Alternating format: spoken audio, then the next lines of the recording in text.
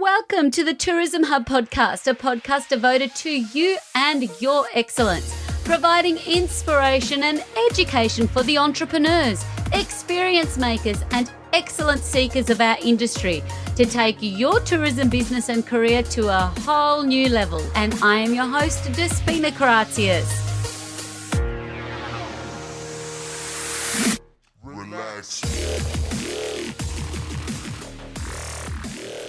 Hello and welcome, my dear friends and excellencies from wherever you're tuning in from.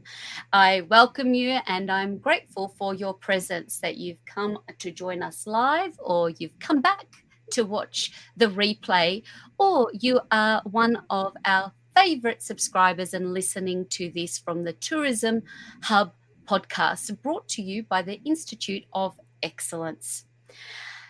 Deeply humbled you're all here, and I'm deeply humbled my special guest is here, a guest that I hold dear to my heart and someone that I have learnt to love and appreciate and watch her grow her wings and her business for a number of years. Now, Fiona Sweetman is her name. She leads a pretty fab business, team and life. She's the owner of Hidden Secrets Tours, what I like to call the OG of the walking tour space in the wonderful city of Melbourne. She has, and she started her business in 2004, which is where her resilience probably started. Now, the small group walking tours in Melbourne City laneways, it gave the spotlight to the city's amazing small businesses and not so much on her, which is how she likes to keep things. Things change, and Fiona has chosen this industry to not only work in but inspire others and bring more along for the ride, which we'll be learning a lot about today. So learning on the job is how she got here. Her survival habit has blossomed into leadership with resilience and passion.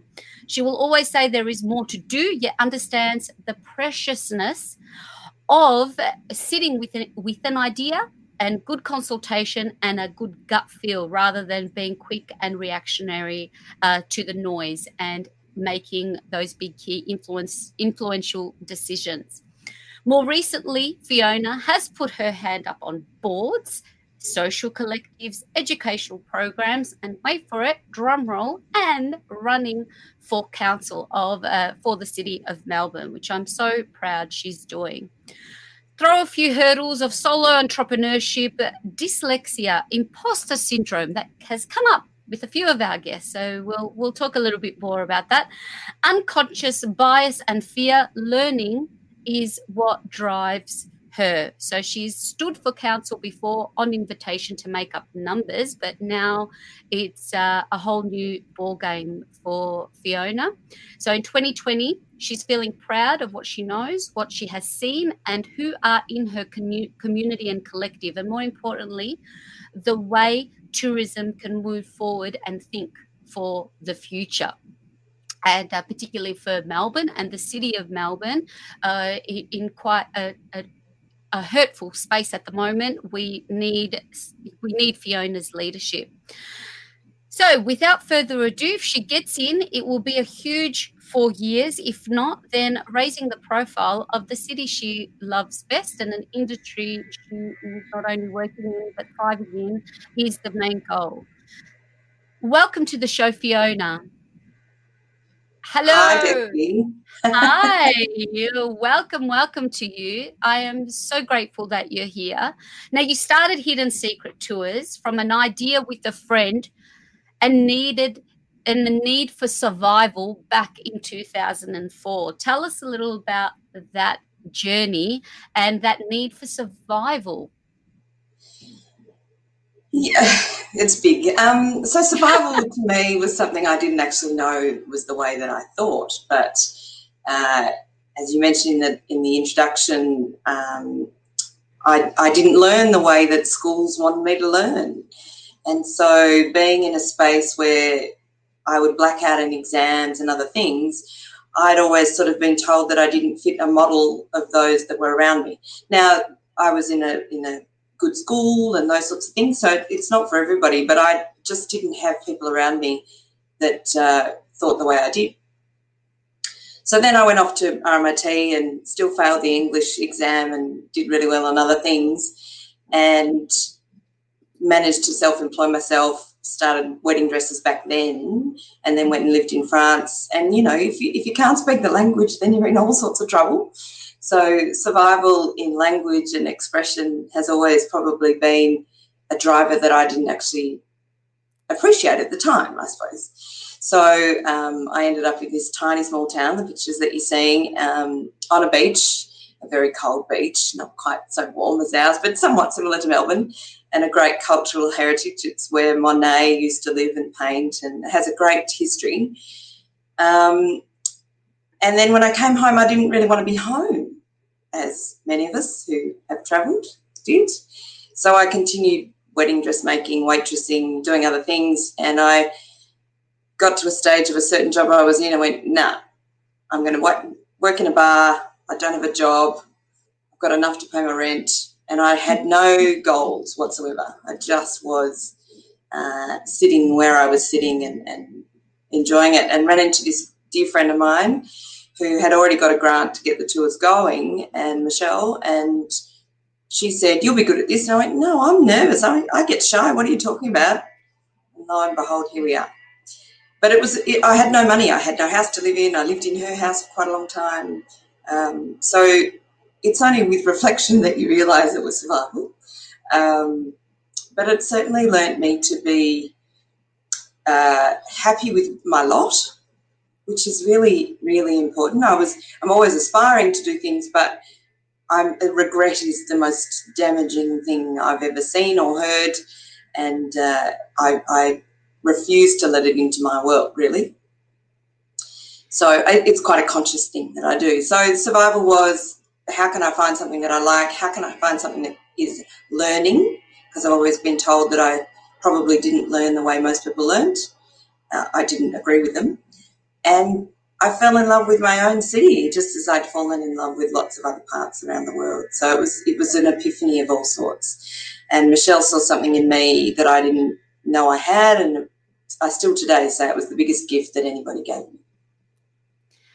How amazing, because prior to that, I remember you dabbled in different things and you're looking for a new opportunity. Now, the tourism or visitor space was not something that was on the horizon. It was more opportunistic, that someone else saw something in you. I knew that I was a people person, but that's all.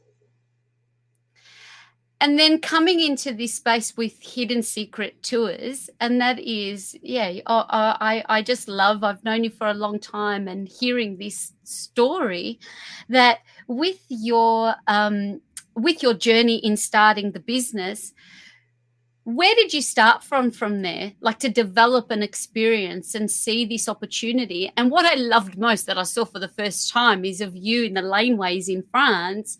So, you know, even that curiosity was there from an early age. How did you go from now, okay, I'm going to give this a go, and starting from somewhere, that first action that you took to bring this to life? Can you recall that? Yeah. It was Australia Day. I was at a party and Michelle said, you could do this. And I went, yeah, no, right, no. And she said, I'm leaving the country in 6 weeks or so. Come and do it. I've got a plan. It's called Shopping Secrets. And I said, I don't know. And, you know, she walked me through what she had planned, and I went, shopping's going to kill me. I don't shop like that. I make things. But the stories were what were really interesting, and the idea that people digest information is still a really strong, differently, is still a really strong thing for me. So the ability to call it Hidden Secrets Tours and then really turn it on its head, that, yes, it's an oxymoron. I remember when we launched the name, the articles in the paper were so much about, what's that? If it's hidden, then that's what it is, but you shouldn't be telling the secrets. You can't name a business that. funny how it's used in everything today. And so it was really the opportunity to walk around and meet all these little shops that Michelle had already met and find out a bit more than just the transaction of shopping with them. And it was then became about them. And in my history of making wedding dresses, they're huge, big, fabulous dresses, but I had no idea how to market myself. I had no idea how to put an ad in a newspaper to say, come and get your dress made by me, partly because that was just horrifying, too scary, and that was a spotlight on me. I'm sure I'm getting I blush a lot, so that will happen today. So, you know, that this idea that suddenly it wasn't me, I was becoming the vehicle of telling the stories, wasn't called storytelling back then, but it sort of is what it is, really. So it's a funny thing how it evolved. I've always been a photographer. I've always been fascinated by language once I learnt one, and the only real person who spent a lot of time with me travelling in the earliest days was my grandmother. So that's that idea that generational understandings can really impact how we see things. She gave me the comprehension of context. She knew all these weird stories about Canadian explorers and how a French name in Quebec was relevant to this town here, and I'm going, oh, God, I've got no idea what that means. But the way that people learnt history back then is different than how we learn it now, and so I really wanted to grasp that concept that if we could give people space to digest information in a short area that was a loop rather than lineal, that was exciting, because getting back to the start meant that you could then go and find your own version of what I just showed you. Because the way I tell it doesn't always resonate the first time, and that's how I learn. I don't learn everything the first time. And when I guess it's such a beautiful, you've articulated it really beautifully, and what I love about that and what I really appreciate about you, Fee, is you can see arts and culture is within your DNA. I think beyond being a tour operator, you have this real connection to the arts and a real creative within you too. So I can see how that transition, how you went into that transition. And it's really interesting that at the time of Hidden Secret Tours and being very lane, a laneway tour essentially, is now one of the most iconic things about Melbourne. It wasn't at the time. We don't have, when we talk about that key unique visitor experience about Melbourne is the laneways. But certainly, if my memory serves me right, that wasn't the case when you started. It wasn't at the time. I still remember ringing Visit Victoria and saying, can I talk about a different hotel and a different restaurant than you've already got in all of your marketing? So the smaller minutiae was a new concept in urban planning. The Village Well had already done some planning about Melbourne in the Postcode 3000 document about how Melbourne was going to move into the next decades or next century at that time. And the Commonwealth Games was on its way. So I distinctly remember that Sydney had all the profile. The Olympic Games had just been, and Australia was back on people's radars. And this idea that Melbourne was the poor cousin was sort of self-fulfilling. We didn't really know how to talk about ourselves except in this romantic manner. And I didn't know I was an entrepreneur, but a lot of people I knew were. And I also knew that the laneways were already there, and a bit like me, the knowledge was already there. It just didn't fit a formula. The way that I learnt, the way that people around me learnt, or the way that the French people say something versus an Australian expression, it's all there. You've just got to dig a little bit to find it. And I think that that's really what resonated about the small spaces, and that I didn't have to be loud and noisy. If you liked what I did, then great. And so that Hidden Secrets was, yes, a lead-in, and it was a great opportunity to tantalise people with that branding. But if you were not curious, then we weren't the tour for you. And that was really nice to have. It was great to have a few parameters and a few sort of boxes that I could stick within rather than trying to be in everyone. So important. I think that is such an important key takeaway there, that I love that just in general, to be very clear on that. If you're not curious, this isn't the tour for you, because sometimes there are things that, we can go beyond the beaten track to discover something new. You're most certainly a survivor and a thriver. I do see you as entrepreneurial, to be able to go through the long haul. You're in your second decade. It was incredible. It was just so beautiful to see, be there within having met you in the first 18 months of your business, and then celebrating a 10-year milestone, then the 15-year milestone. So you have to stop and take stock of that. That's a mammoth achievement. Now, having this survival instinct in you, and there's always a way, and there's always a better way, how has that been able to serve you to personally and professionally in your business through what we are experiencing in 2020, where your business, along with many other visitor experience businesses that rely on the visitor coming to Melbourne, have been affected? What can you draw on from your experience that you've been able to maintain such a level of calmness about you through all of this, and to take it all in your stride with a lot of empathy and understanding to what is happening in our city? Can you share something? Can you share some thoughts around that, on what you think you've been able to really has helped you get through this period? Look, it's you've got to celebrate the small things, that's for sure. And we nearly didn't make it to 10. I had some accounting that didn't go the way it should. I had a whole lot of difficult,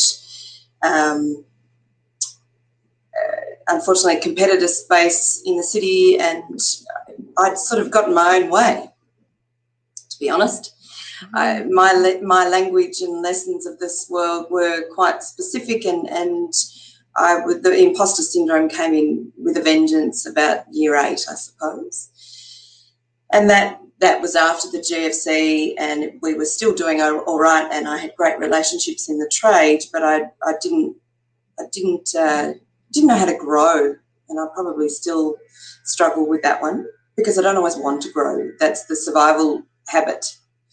So defeating the survival habit's quite hard. But when you're in survival mode, you run a pretty lean operation, and you don't desire more than you need. And I suppose that's a bit of it. The other thing that I think I learned along the way was to trust in other people, that sometimes letting go of the reins and being a little bit human is not a bad thing. So celebrating was good, but being vulnerable was also important. It took me 14 years to get a business coach, and I still to this day say that she probably saved my life. A lot of other stuff was going on in the background, and I had been house sitting for nearly 3 years because I believed in my business so much, but the cash flow was not great, and I couldn't figure out how to stop that treadmill. So, yeah, there's lots of lessons in resilience, that nobody dies. That's really strong. Sleep is important. I live alone, and I don't sort of seek people a lot, because there's plenty in my brain all the time. So being okay with not being the social animal all the time is an interesting lesson that I've learned. And as you said in the intro, sitting with things rather than rushing. And somebody said practical to me the other day, and it's probably something that when you're surviving, everything has to be practical. And so I am. I go to the root cause of something. That's part of the council stuff. It's not the council's fault that things have changed. It's the methodology and how things are going. It's the decisions, yes, but if you don't go to the root cause, then, how do you get to move forward? I've always had a bit of a phrasing that I can't complain until I'm in the room, because I don't read like everybody else reads. I need to hear and listen and see the mood. So resilience, everybody does it differently. I think that's really, really important to understand that choice is the biggest thing. And a choice to me is more important than goal setting. To make sure you sit with the choice, you spend some time with the choice, and if you can't make the choice, then you've got to still spend some time on it, you know. I don't make choices all the time, but I certainly see an opportunity and either choose to go with it. But this morning something happened to me and I went, I'm not the person with a white page. I'm actually not very good with white pages. I'm really good with bringing one idea into another. That wedding dress that you put up before, it's covered in seed beads. It's got 4 dresses melted into one, actually. And I became the best bridesmaid in Melbourne. I turned up to too many wedding dress shops as somebody's bridesmaid, and I made them try on different dresses before I could design and make a dress for them. So that dress there is made up of 4 different dresses that we saw with that particular bride over 6 weeks. So yeah, I'm a hedge my bets a little bit, but I'm also a listener, and listening helps resilience so much because it's not just you; it's a collaborative end result. What a great analogy with the dress that's just come up, that as part of forming whether it's any idea, that it's much easier to start to bring multiple ideas together and start with some kind of a draft than a white page. So I love that you were able to build that out over time. It's what you shared there about it took you 14 years to get a business coach. Last week, we spoke to Mel Neal.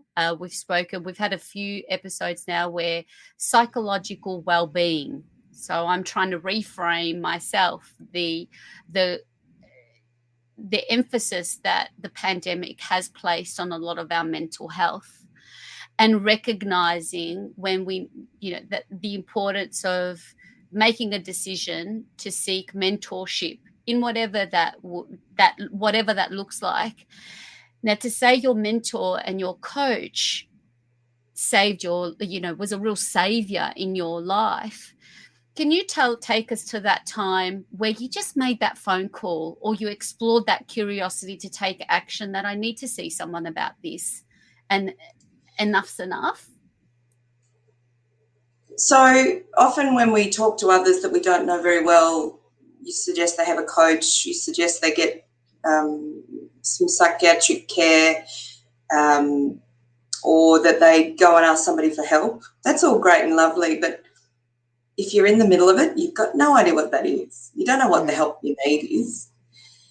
And I kept running into a mutual friend of ours, Natalie, and she had been self-employed. She was a woman.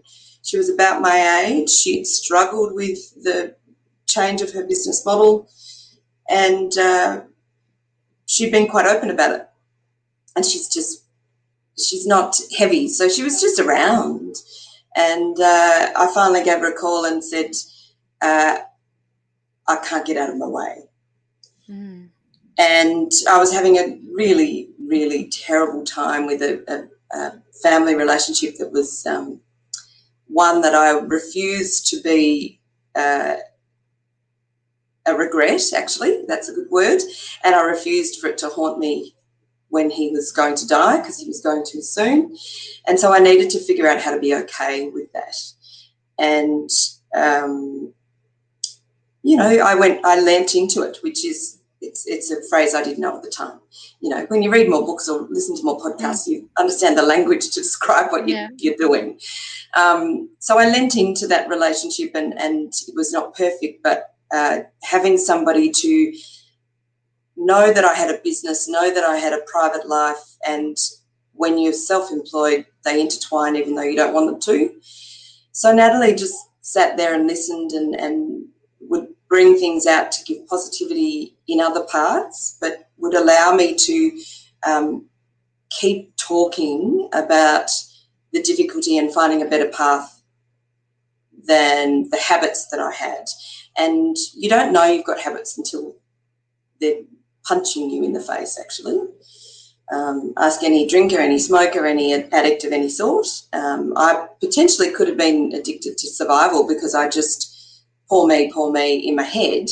I didn't talk about it that way, but I had given myself that self-talk. So I don't have that anymore. I am, and I that's probably the most biggest lesson that I could have got, really, that I didn't know that I was telling myself that. I knew that I wasn't depressed. I knew that I wasn't unwell, but I'd pigeonholed myself. And so I was actually my own problem. It wasn't anybody else. And some of that come out of MTILP, you know, icebergs, and you don't know what you don't know, and control the controllables, and all those sorts of phrases are great. They all made total sense to me, but I was still swimming. I was the most miserable in that leadership course you've ever known. I cried through most of it. I was in rejection mode of most of it because I was trying to survive. And but as I said earlier, you learn things when there's room to learn them. And so I keep putting myself in front of things, I suppose. That's what I did in France. All my mates were leaving university and they were starting to complain about trying to make money and pay rent and move out. And I'd been doing that already for 3 or 4 years. And so I remember I put out a message to Mum and all of her mates before internet and said, if anybody needs somebody to even just be a nanny, I don't really care. I just want to get out of Melbourne. This was 19, I was 20. And I still remember it was a 10 o'clock or 8:30 phone call from my aunt, and she said, I know someone in France, they want an English-speaking nanny, have a think. I said, yeah, I'll go. She said, no, got a few weeks. I said, oh, what else am I going to do? So off I went. I did a 6-week course in French and thought I was the coolest kid in the room because I remembered a little bit from year 9, and got to France and couldn't speak English or French. It's still that's almost the first day, that picture under the Eiffel Tower. Had no clue how to even figure out anything. I'm scared of heights, and I walked up that thing because I had so much adrenaline. So, yeah, I put myself in the way of things, I suppose, and that's part of proving my survival. And now it's part of adding my knowledge base and my learning and no longer surviving but being part of my community rather than on the edges of it. If anyone listening hasn't, if that resonates to the core of me, Fiona, and I appreciate you. Thank you so much for sharing. I think what you've just shared in terms of having that level of awareness, and you don't realize you're in it until you've made that step to lean in, and then you can see it in, and that's what's lovely about this, that I can see you physically. It's not just hearing it in your voice. I can see the lightness in you, in even saying that is a chapter, that is something that I went through, and this is what I've learnt, and I'm taking forward. And I love also what you've shared about that even leaning in to reaching out to Nat is about handling something around regret and making choices. And it's funny because that's something I heard the other day in business, in anything. It's when you don't make a decision that you're holding yourself back. So making a choice. It's also the label, though. I mean, I left school with labels that I perceived everybody else gave me, and that was I was not good at learning.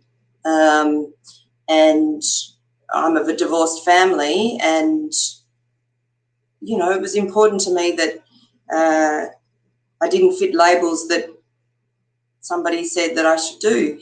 So it was difficult. It was really, really difficult. And,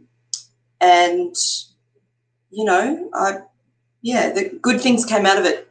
And that's always the aim, to rise above, under promise, over deliver. The smaller things. I don't reach very high in my mind. I reach for things that are nourishing. and for spaces that I can thrive and learn and grow. And if it's usually not about me, it's about bringing, as I said before, I'm on a second on a ticket in the council because I don't really want to be the noisy person. But I end up being that because I know that I've got someone else there with me, you know. I'm in 2020. We could easily go back to the beginning of 2004 where I'm about to start my business again, but I have no desire to run a business on my own again. It's just not interesting. It doesn't make me excited. It makes me really anxious, and you can see it in my face. And so trying to make lots of decisions at the moment that aren't about Fiona will fix it, Fiona will do it. There is a default. If I need to, then I could do everything, but I don't. It's not exciting to me. I don't learn that way. I don't function best that way. So to make sure that Hidden Secrets is a business, or that I can be out of Hidden Secrets way so that it can grow, I think is really important. And to that, you launched through this time, through COVID, a new experience called Slow Tours. Tell us about that and how, because I can see that really resonating to where you are at. Tell us about Slow Tours and how that came about, and how you will introduce Slow Tours to the world. So there's been money flying around everywhere. There's been lots of grants. City of Melbourne's always been very good with grants. Our business, actually, my friend Michelle got a grant for it. So there was grants for just doing more marketing, more of the same. And I really felt that if I was going to apply for something, then I wanted to make it new, and new that could be used for all sorts of people, whether it be locals, corporates or otherwise. And then, as we're surrounded by lots of not-for-profits at the minute, and those people that are struggling. This concept that I was walking around the city because I live in the 5K zone and just saw people that really didn't want to be in the city trying to do jobs. So how do we get them to have a new relationship with Melbourne? And that's where it came from. So it's the sensory laneway observational walks. Still the laneways, that's my sort of ring fence, if you like, for me, and how to keep being real to the brand or why I exist. Laneways are the other paths, the other ways to get somewhere, and that's probably all about me. And so this was a concept that came about to get people like the Salvation Army staff, not the people they're caring for, but their staff or youth projects or any of the volunteers in other areas could actually go and do a walk around the city and be shown the city in a different light than what they've had to deal with over the last little while, because they need time out as well. I learn differently, I hear differently, I see differently. So the blind tours that we started to do a few years ago was certainly a reference point. But the city's changed so much in the last 9 months. There's new walls, there's new skyscrapers. I live on Faulkner Park, and nobody told me that there'd be hot air balloons, Jesby, landing outside, but helicopters. And so the helicopters are above us, but because I'm in a lower building, the echo is phenomenal. So our spaces are so important of how we as humans interact in them. And I think you can tell stories, but the stories need to be owned by the participant. And that's what I really want the Slow Tours to be. It's not about me talking all the time. It's about giving moments for poetry. It's giving moments for birdsong. It's giving moments for walking past a coffee shop so that all your senses are engaged, even heavy shoes or cobblestones, so that we really create texture and get people to go back to an analogue space, because we've all been in this digital area that I'm very privileged to be on. But analogue is probably how I learnt to know that I could learn. I could use digital to do short bursts of research, but talking and watching, it's so important, and reading faces and seeing triggers of how people respond or don't. That's what the Slow Tours are about, and they'll be good for locals, they'll be good for families, they'll be great for corporates, and I believe they'll be really good for tourists in the long term. It's not a tourist way of thinking, but we'll get there. Oh, look, the last time I saw you in real life, we went for a beautiful walk around the Royal Botanic Gardens. That was an experience unto itself because you're mid-sentence and you go, see that plant over there? And you'll tell me a story about a plant in the garden and that it needs to, like, it was, you are, you are most definitely a storyteller, and I can see the sensory experience. I loved when I first read about it and rightly launched during Are You OK Day. I thought it's a brilliant initiative for you to take moving forward. And speaking about moving forward, and you're embedded within the city, and I think for your this opportunity to come and run for council, not only from the visitor lens, but also from a small business lens, but also from a resident lens. Tell me about, I mean, I don't, for my own learning as well, that you've come in on a ticket. What was it that propelled you, and that now that this next step in your journey to go and have a seat at the table and lean in to a new conversation? What was it this time around for you to take this way forward? To get to the point of the decision, I'd left Melbourne in June so that my staff could got out of my own way, so that my staff could do some tours that we were slowly getting just a couple of bookings for. And so I got in my car and I drove to New South Wales on my way up to Byron and Federal, where an uncle lived. And I was away, and it was pretty difficult when the lockdown happened. I was on my way home and turned around, and I stayed away for quite a while. And as I heard about what was happening in Melbourne and even the reaction to Melbourne, I really felt that the visitor, whoever we were, was going to be given so many mixed messages. So I was actually in the car on the way home. I got a call from Mary, and Mary and I had met when she once before dobbed me into something at the Collins Street precinct and invited me to their committee meeting and said, who's voting? Fiona, we need an extra person. You're now on the committee. There weren't enough people in the room. But being part of the team is important.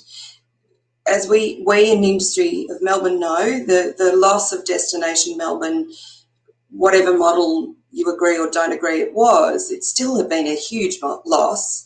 And the ability for Melbourne itself to have a voice that then the state-run department doesn't get confused in, because it has to look after all of Victoria, we're missing that group of people to talk about Melbourne itself. And I've seen the vertical almost growth of Melbourne, good old 20 years of positive growth, and the cliff is here.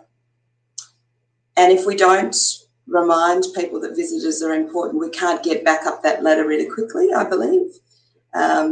Our resident numbers have grown, so this year there's a hell of a lot of residents that are in the number, and I feel really concerned that the visitor will be forgotten in a planning of a city. I've already been very curious about regenerative tourism and over-tourism. Melbourne was probably not far off it if we were truthful. So how do we make sure that 4 years of council can plan for not getting back into over-tourism, that the laneways that we love or the beautiful parks that we love are still open for residents, visitors and business people, and that we don't overcrowd the city, because, yes, we need people. That's the model of growth at the moment, but growth isn't always about increments of numbers. Growth can be about positivity and better ways of doing things rather than just a number counting. So that's how I think. That's probably a dyslexic brain as well. And because I've been on lots of committees and other things that have dealt with council, I feel that I have some compassion for the bureaucracy, but also an understanding of how often the bureaucracy doesn't have time, sadly, but also the encouragement to speak directly to the people that it's going to influence and affect. So they're the things that I've seen happen previously. They're missing currently at the minute, And that's really what I would like, more engagement. I don't know all the answers for every pocket. There's 15 different pockets of Melbourne. But I live here and I work in it. I think I might be one of the few, other than nightclub owners, who work in it, or restaurant owners. So hospitality is great, but it's not the only thing to Melbourne. And if we lose it, then what do we have left? And that, to me, is what's really important. You can't hang your hat only on hospitality. And when these things come up, how do you prioritise the yes, that this is something like, so how do you prioritise the yes to make that choice that this is something that I believe in and it's not going to distract me from the other passion or the other project that I'm doing over here? That's just something I'm curious about, of how. Oh, look, this year's probably the only year that I will have a red hot go. As you said, I've run a few times before at the bottom of other people's tickets, and it was a learning curve, so that was great. I wasn't asked other than from Mary, so I wrote to the people that I already knew in council, and they'd already made their plans, and that's great. I hadn't really indicated anywhere in the last 2 years that I was interested, and I have something to say this time. And my business I will never be as busy as I was last year in the next 5 to 10 years, I don't believe, probably 5 years. So that meant that the parameters of the 4-year time on council should suggest that I would have time. Again, the idea that I don't want to be stuck in my business. I want to be able to employ people. I hate being a boss, but I want to be able to employ people. It's a complicated place to be. But I actually really don't like being a boss. I love to be part of the team. So if it happens, if the miracle, statistics say it might not, but the miracle happens and I got in, I could afford the time and do it without hesitation or compromise to either sides of my business, because there's a plan for an operations manager. The staff that I've got love what they do. I've had time to write protocols. This has been an impressive time. And more importantly, I had a rest. I had 10 weeks away, and I used Zoom in my car, but I had a rest, and I haven't had a rest in probably 16 years. So that's been the best lesson. I've had lots of holidays. I've had lots of time away, but I haven't had a rest where I was not required to be anywhere. I booked my hotels in New South Wales at 5:30 at night. I didn't know where I was going. It was so liberating. And having a rest and just letting things come to me rather than me demanding time has been enlightening. How wonderful to recognise that is something that, through all of the through all of the disruption, that you can recognise I've had a good rest that I really needed after my 16, 17 years of running a business.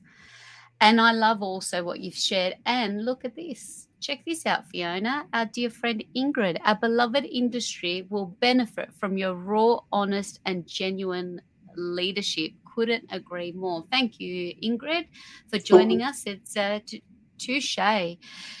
Now, this is something you are raw and genuine, and it is a quality that you have about you, Fiona, that I would love to see this come to fruition. And I wish I lived within the radius that I could put this ticket or put my vote in.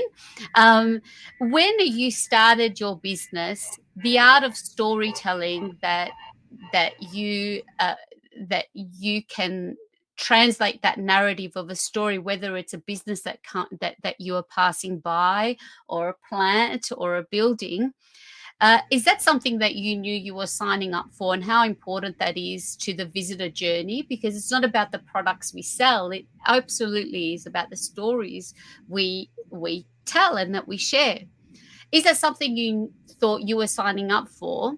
And what do you wish, starting back in 2004, that someone gave you the heads up on the industry and on starting a business in tourism, what do you wish someone tapped you on the shoulder and say, hey, here's some advice for what you're about to embark on? Oh, get out of your own way. Yeah.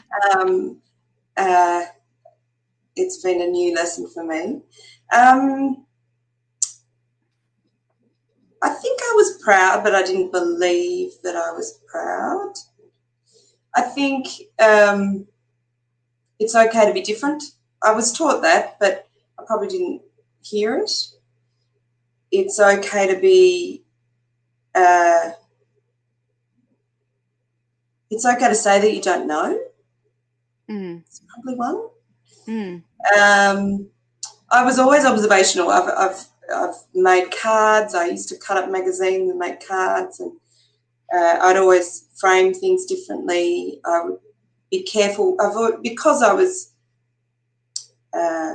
anxious about words. I've just done it. Oh my God. I've always been a bit careful about words and how I try to make sure that I consider the impact of my words because they can hurt. And so I probably suffered from that a bit when I was younger.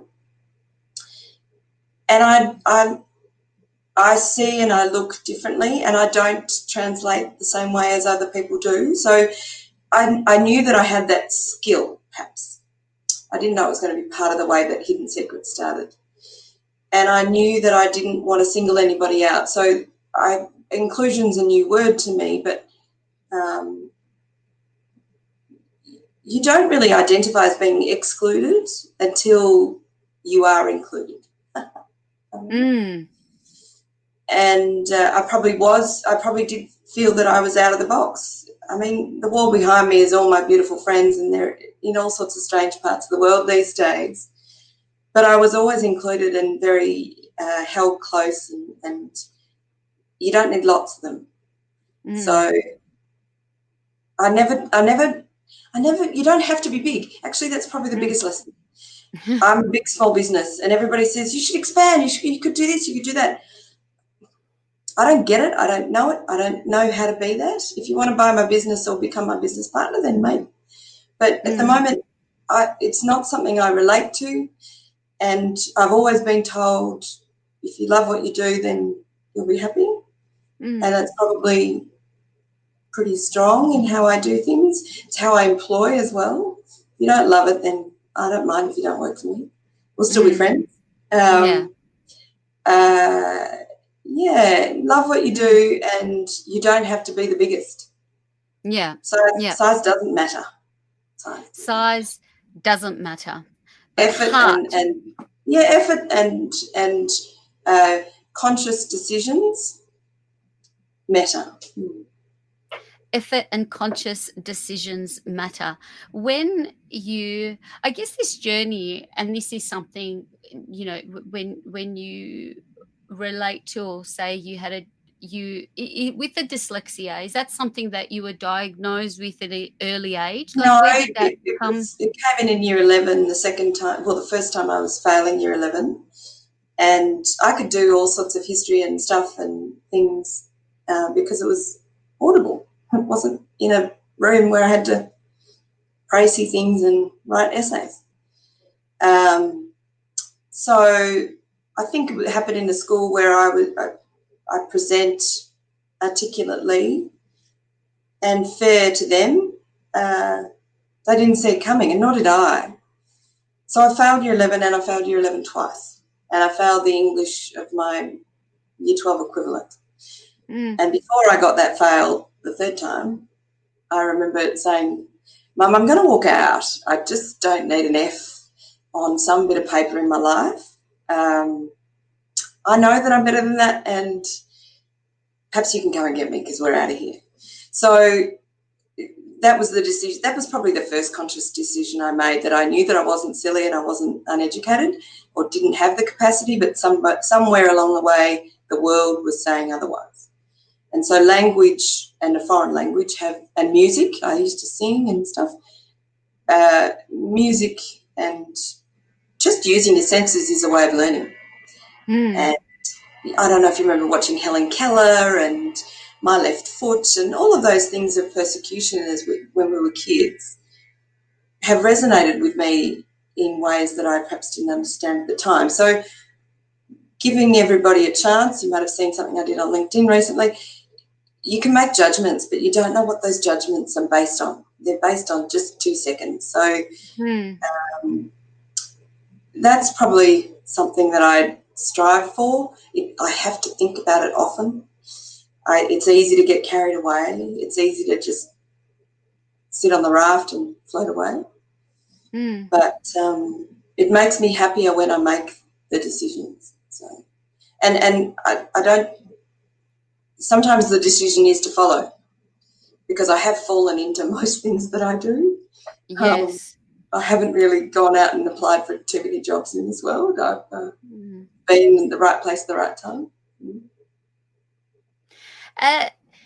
That is, I can relate to that from the sense of language when you say, and relying on other sensory experiences to learn, and learning a new language that, in that depth of understanding. So there is, and for anyone that can relate to that, and you think of, the education system, or that for someone like yourself, I mean, look, you've been able to really, you engage in so many different ways, and that is something that, absolutely, I mean, to be celebrated. And I just thank you so much. I just appreciate and acknowledge how much you do in this industry. from I what struggle I with my from what I privilege. I what really was that? struggle with my privilege. I struggle with my privilege. And I think that probably in the last few years has really motivated me. I am white by no fault of my own, but I am. I went to a good school. I had a caring family, and I had a nice, amazing bunch of friends. And I've afforded myself, through my own work efforts and coincidence, to be able to travel the world. And all of that has given me a reality check that not everybody else has that. So judgments on politics, judgments on music or education or the best book to read, it only happens when you know about them. You can't expect everybody else, I believe, to know about those things. So the post that Glenn just put up is something that a friend of mine posted. I didn't know it existed. So I'm walking for Fair Share for 150 kilometres. Oh, my God, who thought that was a good idea? But actually it's only 10K a day, and I used to waitress. We've all done it. So it's not a hard thing to do, to just stand up and say, I might not be raising lots of money, but I'm with you, and I want to participate in something that you guys do, feeding all these people that can't afford to feed themselves. If it had been 6 years ago, though, Desby, 7 actually, I would not have been where I am. I didn't have a home. I had no money in the bank, and I didn't have a business plan. And that the privilege is that I had the skills to know someone like Natalie to help me create a plan, someone else to help me with a better accountant, someone else to remind me that my sister came and stood at the application for this apartment because I couldn't get there on time. The privilege is that I have people, whereas plenty, and in my city that I walk around, plenty of people don't. And what you shared before, this notion of I guess there's a lot of noise about what should and could and would have changed or created a different outcome, and placing that judgment and a lot of finger pointing. But what I can certainly observe and appreciate and applaud you for is that you really stand by, I won't complain until I'm in the room where I can, that I am putting my own time and my voice and my effort in the room to create that change, rather than just more noise about what is going wrong, rather than, what can we do as a collective to get it right. And I think that's something that I really adore about you, and what I've learned even more after our chat today that I can appreciate about you, Fee. Now, we are, an hour of power has gone very quickly, I must say. And there's so much more I'd planned to share with you, but if I could just indulge in a little bit more of your time as we try to wrap up in a little, what I call an excellence round for the Tourism Hub podcast. What has been the best advice that you have received?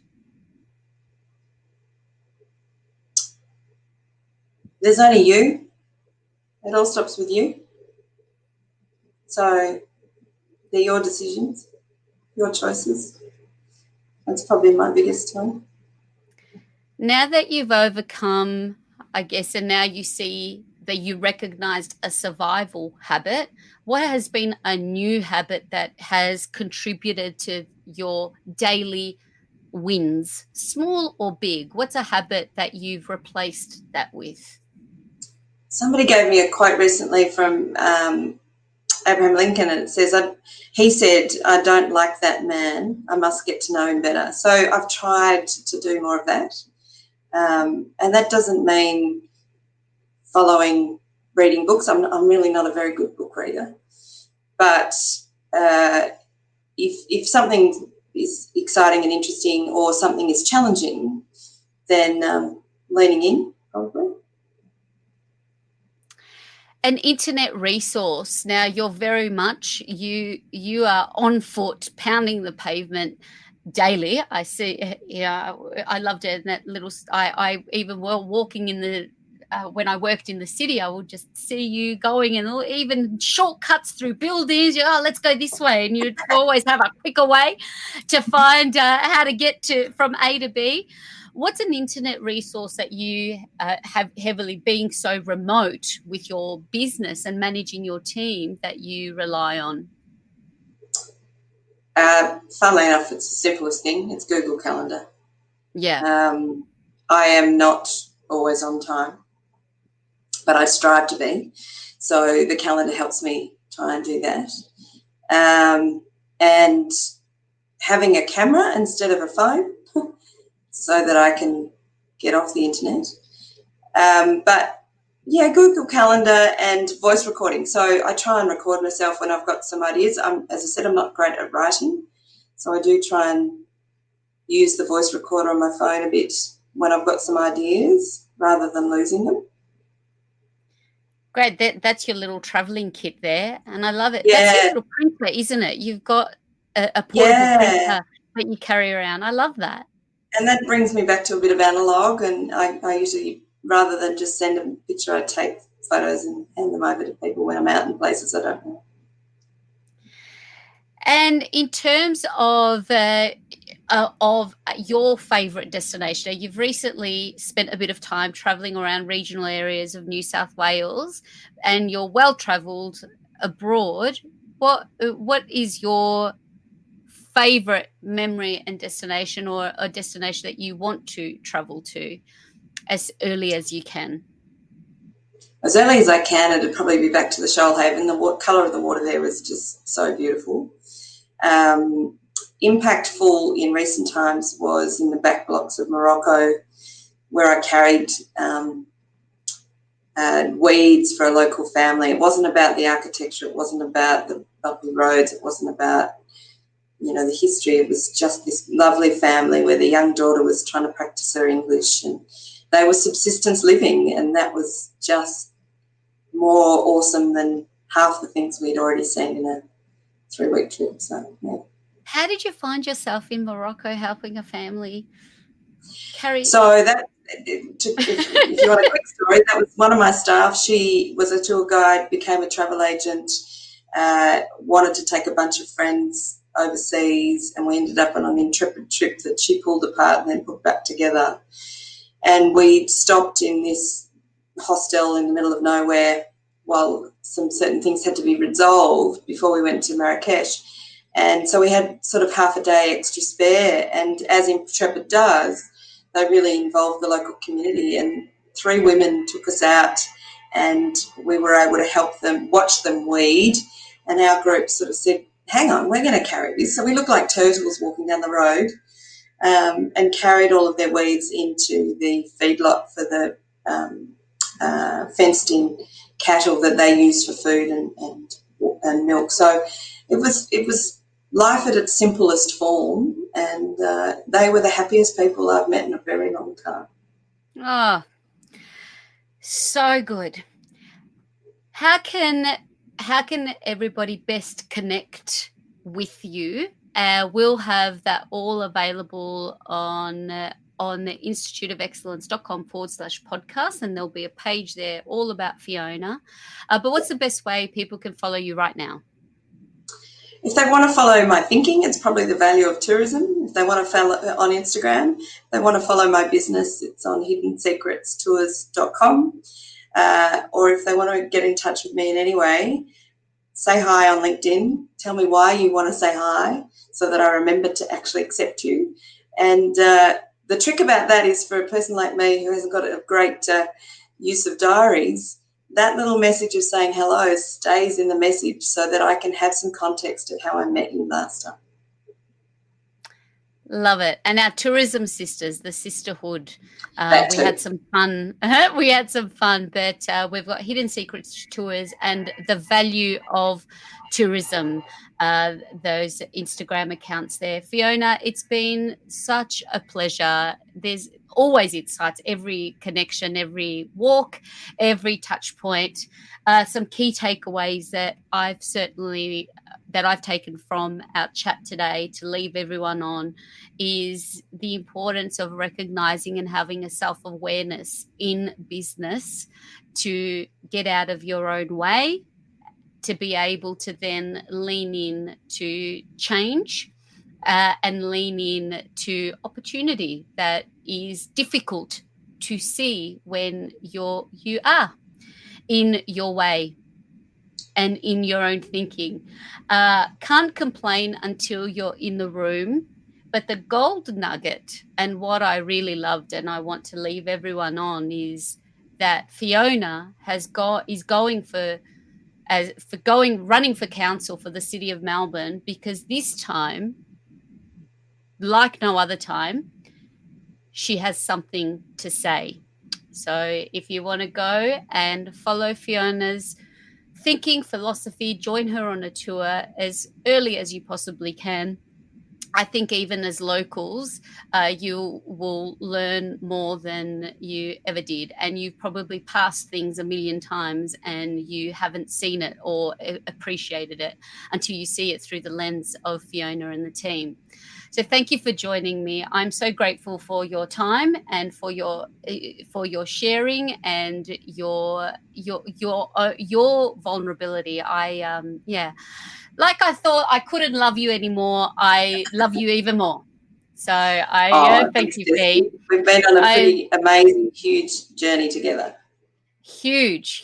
And it, you always feel it's just the beginning. It's a new journey again, I think, as we literally come out and we can be able to have that walk again. What a simple pleasure that you just really, you're always grateful for it, but not until it's taken away from you, right? That was such a lovely way to spend a Saturday morning.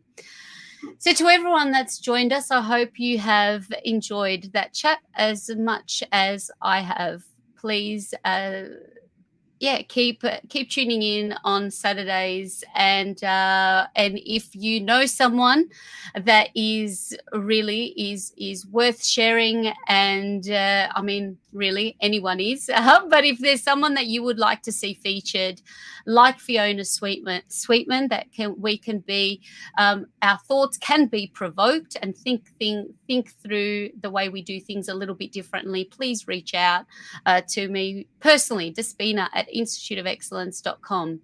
But until next time, my friends, I send you love, I send you good health, I send you all the good stuff. Be excellent today and every single day. My name's Despina Karatius, and you've just tuned in to the Tourism Hub podcast. See you next time. Thanks again for joining us on the Tourism Hub podcast. If you found this podcast valuable, it will mean the world to give us a review on Apple iTunes. We're also live here every Saturday at 2 p.m. across all the Institute of Excellence Facebook and YouTube channels. And you are all invited. Be excellent, and don't forget we also have courses available at instituteofexcellence.com to help you and your small business greatness.